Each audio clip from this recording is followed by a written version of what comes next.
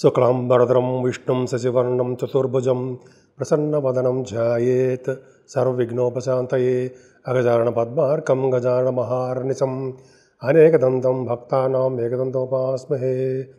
ఓం గం గణపతయే నమః. ఓం శ్రీమాత్రే నమః. ఓం శ్రీ గురుభ్యో నమః. మా ఆది ఆస్ట్రాలజీ చూస్తున్నటువంటి మీ అందరికీ అలాగే ఫారిన్ కంట్రీస్లో కూడా ఉంటూ నా వీడియోస్ చూస్తూ నాకు ఫోన్ చేస్తూ ఉన్నటువంటి మీ అందరికీ కూడా పేరు పేరున నా హృదయపూర్వక నమస్కారాలు. నా పేరు వాడిరావు ఆదినారాయణరావు శర్మ. సిఎంఏ అండి. సిఎంఏ అంటే cost and management accountant qualified. అలాగే ఎంఏ అస్ట్రాలజీ అండ్ వాస్తు కూడా ఉందండి. 2 క్వాలిఫికేషన్స్ ఉన్నాయి, ప్రొఫెషనల్ క్వాలిఫికేషన్స్ ఇవి. అంతేకాకుండా నా సెల్ నెంబర్ 7075389589 7075389589. మీకు మీ జాతకాలు చూపించుకోవాలనుకుంటే ఈ కింద నెంబర్కి ఫోన్ చేయండి. మీ date of birth, time of birth, place of birth ఈ 3 ఉంటే సరిపోతుందండి. ముఖ్యంగా పెళ్ళిళ్ళు కాని వాళ్ళకి కానీ, ఉద్యోగాలు రాలేకపోతే వాళ్ళకి కానీ, ఏ విధమైన సమస్యలు ఉన్నా సరే వాటిని మనం చక్కటి పరిష్కార మార్గాలు కూడా సూచిస్తానండి. నేను కేపీ అస్ట్రాలజీ సిస్టమ్ ప్రకారం కూడా నేను చూస్తూ ఉంటాను. అంతేకాకుండా మీరు నా వీడియోస్ నచ్చితే లైక్ చేయండి, షేర్ చేయండి, సబ్స్క్రైబ్ చేయండి. ఇప్పుడు మనం సెప్టెంబర్ నెల 1వ తారీఖు నుంచి 30వ తారీఖు వరకు కూడా 12 రాశుల వారికి ఎలా ఉండబోతుందో ఇప్పుడు మనం తెలుసుకుందాం. మీనరాశి వారికి మీ రాశిలోనే శనీశ్వరుడు వక్రగతులు ఉండడం, ఏళ్ళనడిసిన ప్రభావం ఉండడం, అంత అద్భుతమైన ఫలితాలు ఇవ్వడండి. అంటే మీరు మిమ్మల్ని కష్టపడేటే చేస్తూ ఉంటాడు. స్వయం కృషితోనే మీరు బాగా డెవలప్ అవుతారు. అదే కనుక శనీశ్వరుడు కనుక అంటే ఎగ్జాల్టేషన్లో కానీ, అంటే తులారాశిలో కానీ, తన ఓన్ హౌస్లో కానీ ఉంటే పొలిటికల్ రంగంలో పదవులు ఇవ్వడము, గ్రామానికి అధికారిగా ఉండడము, ఇలా ఆయన చేసే ఫలితాలు బ్రహ్మాండంగా ఉంటాయండి. కానీ ఈయన జలతత్వ రాశిలో ఉన్నాడు కాబట్టి, వక్రగతులు ఉన్నాడు కాబట్టి అంత అద్భుతమైన ఫలితాలు మీకే ఇవ్వడం. కానీ సెకండ్ హౌస్ చూసుకోవడం వల్ల ధనప్రాప్తి మాత్రం కలుగుతుండోయ్. మీకు భయపడాల్సిన అవసరం లేదు ధనాన్ని గురించి. అలాగే బహుశా మీరు వాహనాలు కానీ, గృహాలు కానీ, ఆభరణాలు కానీ, అపార్ట్మెంట్లు కానీ కొనుక్కోవడానికి అవకాశాలు సెప్టెంబర్ నెల 15వ తారీఖు నుంచి ఉన్నాయి, 14వ తారీఖు నుంచి ఉన్నాయి. అంటే సెప్టెంబర్ నెల మనం కొనుక్కో కదండి, జనరల్గా దసరాలు రావాలి. సరే, ఆశ్వయుజ మాసం ఇప్పుడు ఎలాగ రాబోతుందండి, 22 నుంచి అప్పుడు వస్తుంది. సరే, మనం చెప్పుకుందాం. సరే, అది పక్కా పెడతారండి. ఆర్థికంగా బాగుంటారు, కుటుంబంలో సుఖ సంతోషాలు ఆనందంగా ఉంటాయి, ఇబ్బంది పడవలసిన అవసరం లేదు. మీ తమ్ముళ్ళకి చెల్లెలకి కానీ ఉంటే కొంచెం చిన్న ఇబ్బంది ఉంటే వాటిని మీరు తీర్చేస్తారు. మీరుండగా వాళ్ళకి మీరు రక్షగా ఉండగా వాళ్ళకి భయపడాల్సిన పని లేదు. గురు ప్రభావం ఉంది కదా, గురుడు చూసుకుంటాడు కదండి మిమ్మల్ని. ఆ సంగీతంలో మీరు బాగా ధీటుగా ఉంటారు కదా. అంటే సంగీతం అంటే కొంతమంది మ్యూజిక్ కంపోజర్స్ ఉంటారు, మ్యూజిక్ డైరెక్టర్స్ ఉంటారు. అది సరదాగా కోసం చెప్పండి. మ్యూజిక్ అంటే ఒక కళ, అమ్మవారి ఇచ్చిన అదృష్టం కదా. కనకదుర్గ అమ్మవారి ఇచ్చిన అదృష్టం ఏంటంటే మ్యూజిక్ రంగంలో బాగా రాణించడం. అమ్మో, నృత్య కళాకారులకి, మ్యూజిషియన్స్కి మనం సామాన్య వాళ్ళకి గౌరవం ఇవ్వాలి మనం. అద్భుతం. ఎందుకంటే సరస్వతి పుత్రులు కదండి అందరూ. సరే, అది పక్క పెడితే గురు ప్రభావం వలన మీ తల్లిగారికి ఆరోగ్య పరిస్థితి చాలా బాగుండడము, వేదశాస్త్ర విద్య అభివృద్ధి కోసం మీరు ఎక్కువ కష్టపడుతూ ఉంటారు. చాలామంది ఉన్నారు వేదశాస్త్ర అభివృద్ధి, శాస్త్ర విద్య అభివృద్ధి. నేను నాకు నోటికి వచ్చి చెప్పట్లా, పాయింట్ ఉంది కాబట్టి చెప్తున్నా. నేను బుక్స్లో కూడా చదివా కాబట్టి చెప్తున్నా అభివృద్ధి ఉంటుందని. అంతేకాకుండా గురు ప్రభావం వల్ల కూడా ధనప్రాప్తి బాగా కలుగుతుందండి. వాహన యోగం ఉంటుంది. ముఖ్యంగా భూములు వాహనాలు బాగుంటాయి. ఇంకా చెప్పాలంటే యాక్చువల్గా రైతులకి పంటలు బాగా పండడానికి, విద్యలో బాగా రాణించడానికి, రైతులకి ధనప్రాప్తి కలగడానికి అవకాశాలు ఎక్కువ. శుక్రుడి ప్రభావం వలన పుత్రికా సంతాన యోగం మీకు అంటే బాగా కలిగి ఉంటారని చెప్పడానికి అవకాశాలు ఉన్నాయండి. పుత్రికా సంతానం మీ ఇంట్లో పుట్టబోతున్నారు. లక్ష్మీదేవి మీ ఇంట్లో నట్టింటి పుట్టబోతున్నారు ఆ అమ్మాయి. ఓకే, దసరాలు కూడా వస్తున్నాయి కదా ఈ నెలలోనే. సరే, చెప్పుకుందాం, పక్కా పెడతామండి. శుక్రుడి ప్రభావం మీకు బాగా ఎక్కువ ఉంది. అందుకనే మీరు సినిమా రంగంలో కూడా రాణించుతున్నారు అంటే అర్థం ఏంటంటే శుక్రుడి ప్రభావం వల్లనే. సంగీత, సాహిత్య, నృత్య కళాకారులకి, డ్యాన్స్ అంటే మీరు ఆల్రెడీ చెప్పాను కాబట్టి, అలాగే సినిమా రంగం, టెలివిజన్ రంగంలో ఉన్న వారికి అందరికీ అదృష్టం తోడవుతుంది కదా శుక్రుడు మంచివాడు కాదు మీకు, అసలు మంచివాడు కాదు. కానీ పంచమస్థానం ఉన్నాడు కాబట్టి, కోణంలో ఉన్నాడు కాబట్టి శుభ ఫలితాలే ఇవ్వాలి. అలాగే స్టాక్ మార్కెట్లో కూడా ధనప్రాప్తి ఉందండి. మీకు ముఖ్యంగా పెర్ఫ్యూమ్స్, బట్టలు, బంగారాభరణాలు, కొనుక్కోవడానికి అవకాశాలు ఎక్కువ ఉన్నాయి. అన్నిటికంటే ముఖ్యం అని చెప్పమంటారా, రవితో కలిసిన కేతువు 6వ భావంలో మాట్లాడే అసలు కేతువే బ్రహ్మాండంగా ఉన్నాడు. రవితో కలిసిన కేతువు అంటే బాగా బలవంతుడైపోతాడు కేతువు, అంటే విపరీతమైన శుభఫలితాలు ఇచ్చేస్తాడు మీకు. బుధుడు కూడా ఉన్నాడు, అంటే రవి బుధుడు జనరల్గా సింహరాశిలో ఉంటే మనం బుధాదిత్య యోగం అని చెప్తూ ఉంటాం. జనరల్గా మేషరాశి వాళ్ళకి మిథున, మీకు తెలిసిందేమో తెలియదేముందండి నేను చెప్పడం మన అస్తమానం, అంటే మేషం, మిథునము, కన్యా రాశిలో సింహం కూడా రవి బుధులు ఉంటే యాక్చువల్గా వాళ్ళు బుధాదిత్య యోగం అని చెప్తుంటాం. యాక్చువల్గా ఆ లగ్నం రాశి వాళ్ళకి మరింత ఎక్కువ ఫలితాలు ఉంటాయి. సరే, అది మీకు తెలియదేం కాదు.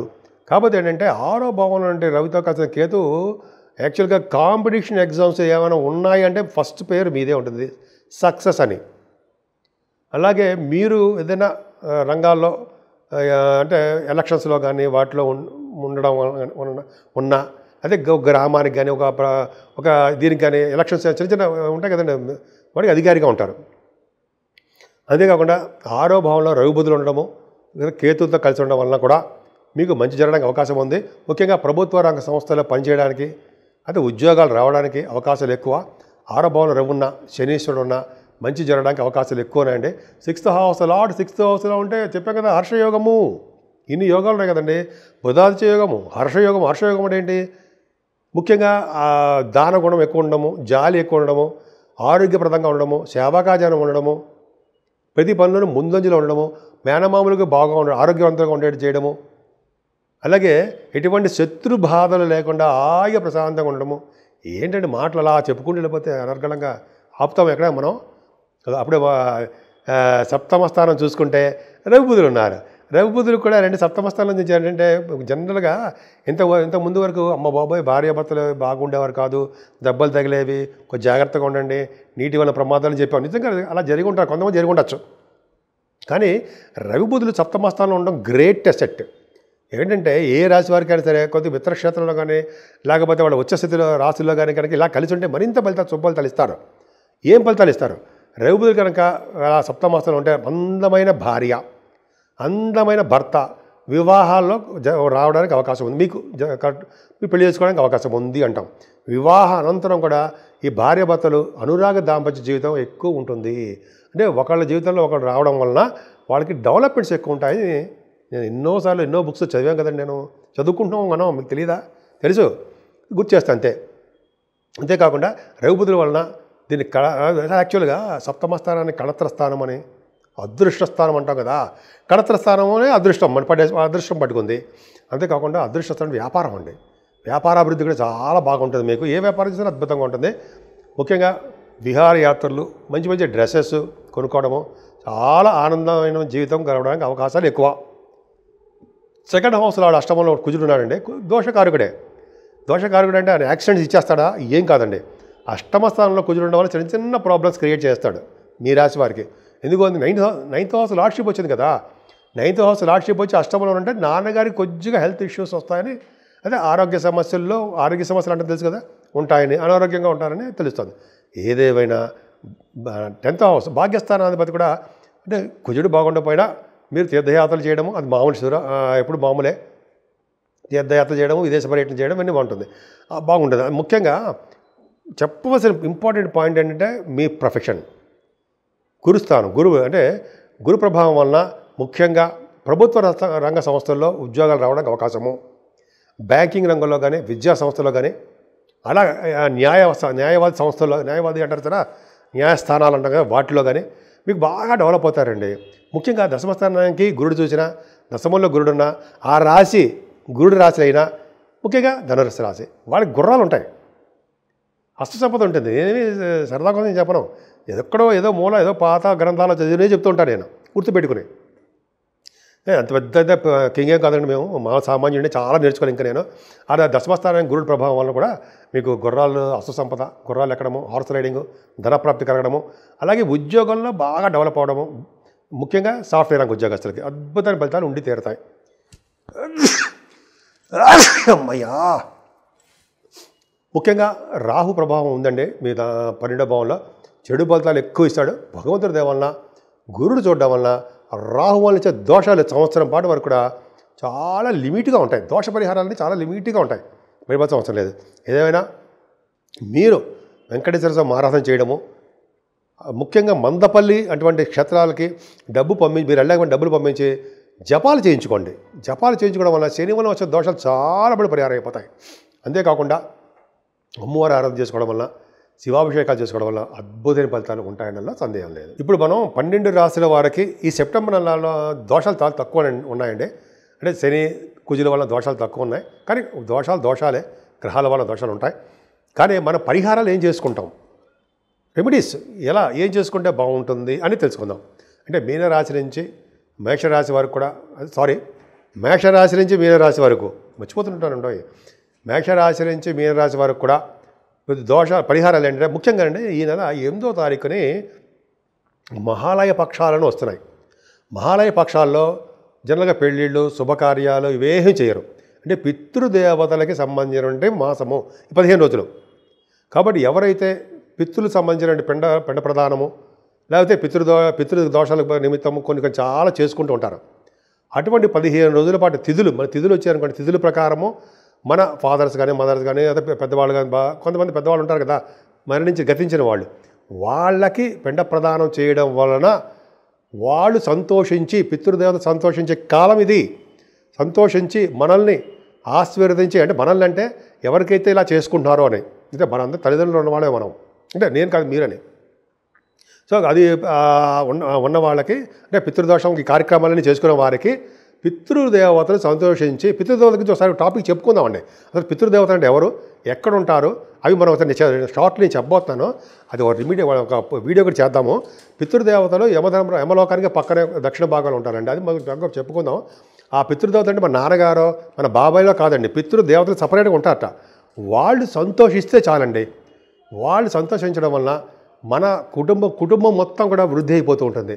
అంటే ఎక్కడక్కడ ఆగకుండా మన వంశం వృద్ధి అవుతూ ఉంటుంది. అందుకని చూడండి, పిండ ప్రదానం చేసేటప్పుడు వస్త్రాలు, గొడుగు, అన్నదానాలు ఇవన్నీ చేసుకుంటారు. పితృకి సంబంధించిన అన్నీ కూడా చేయాలండి.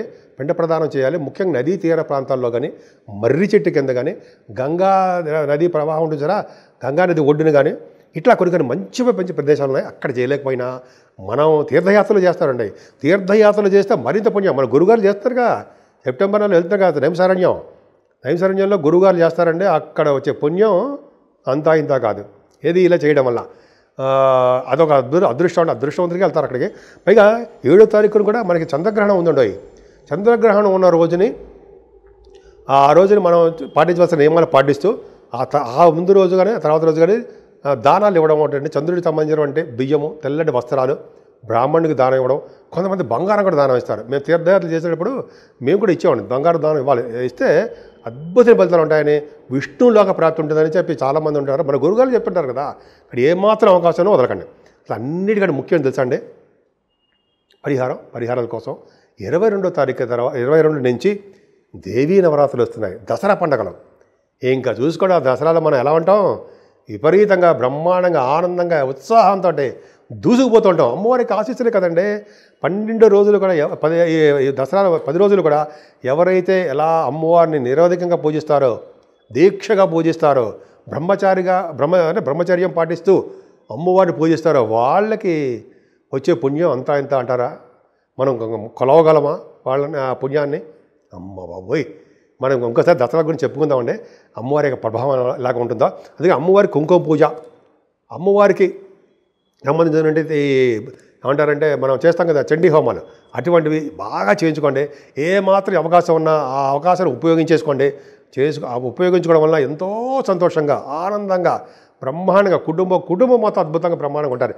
ఎటువంటి అంటే జైలు ప్రాప్తి కానీ, అది ఎటువంటి న్యాయపరమైన చట్టపరమైన ప్రాబ్లమ్స్ కానీ ఇవన్నీ లేకుండా సంతోషంగా నిత్య సంతోషం అమ్మవారు కూడా ఉంటారు అక్కడే. అలా చేయడం వల్ల నిజంగా ఎంతో అదృష్టం మనందరికీ ఉంటుంది. సో ఈ నెల మొత్తం కూడా అమ్మవారి పూజలు చేసుకుంటూ, ఆ అమ్మవారి పూజల కంటే ముందర పితృదోషాలు వస్తాయి కదా, అవి పితృదోషాలు లేకుండా మహాలయ పక్షాలు అంటాం. మహాలయ పక్షాల్లో కూడా కర్ణుడే కిందకు వచ్చాడు కదా మహాలయ పక్షాల్లో, ఆయన అది ఒక కథ ఉంది, తర్వాత చెప్పుకుందాం. సో ఈ విధంగా చాలా అద్భుతమైన ఫలితాలు ఉన్నాయండి. ఏ మాత్రం అవకాశం ఉన్నా ఎటువంటి పూజలైనా సరే చేసుకోవడం వల్ల అద్భుతమైన ఫలితాలు 12 రాసుల వాళ్ళకి, ముఖ్యంగా మన భారతదేశం మొత్తం కూడా అద్భుతంగా ఉండడానికి అవకాశాలు ఎక్కువ ఉన్నాయి.